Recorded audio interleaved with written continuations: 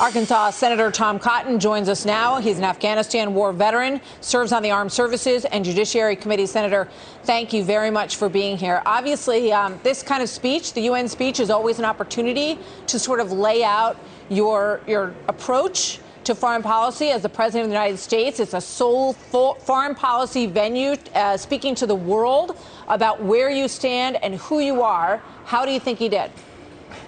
Martha, Joe Biden walked into the United Nations today and put a giant kick me sign on Uncle Sam's back.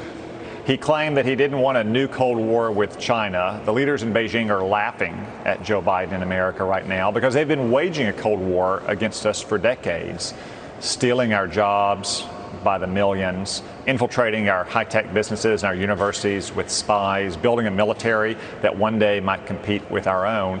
And Joe Biden not only says that we're not in a Cold War and that he'll fight to win it, he literally would not use the name China. He was like a scared child from a Harry Potter novel who wouldn't say Voldemort's name because he was afraid about what might happen.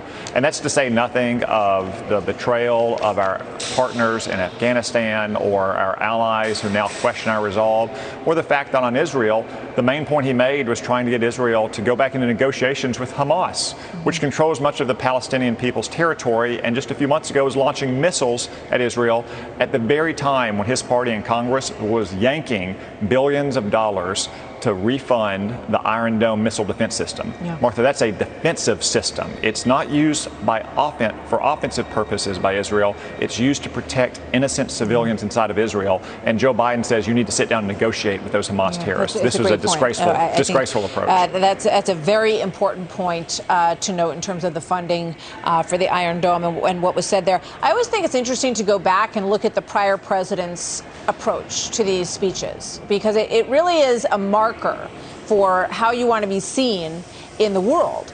And in his first speech in 2017 to the UN, President Trump talked about spending $700 billion to make our military the strongest that it has ever been.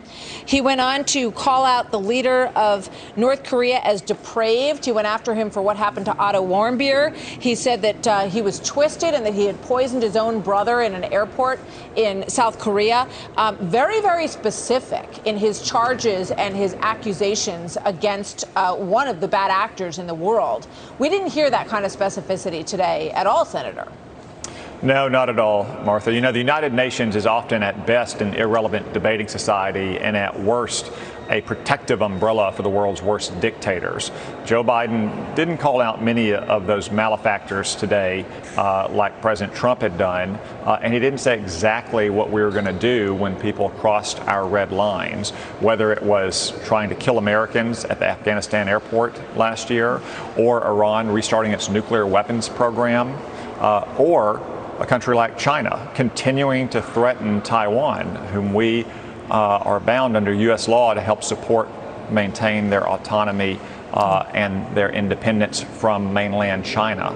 Those are the kind of things to expect an American president to stand for at the United Nations, not to go in to apologize for America at a time when America's standing in the world has already declined substantially under Joe Biden's 8 months in office.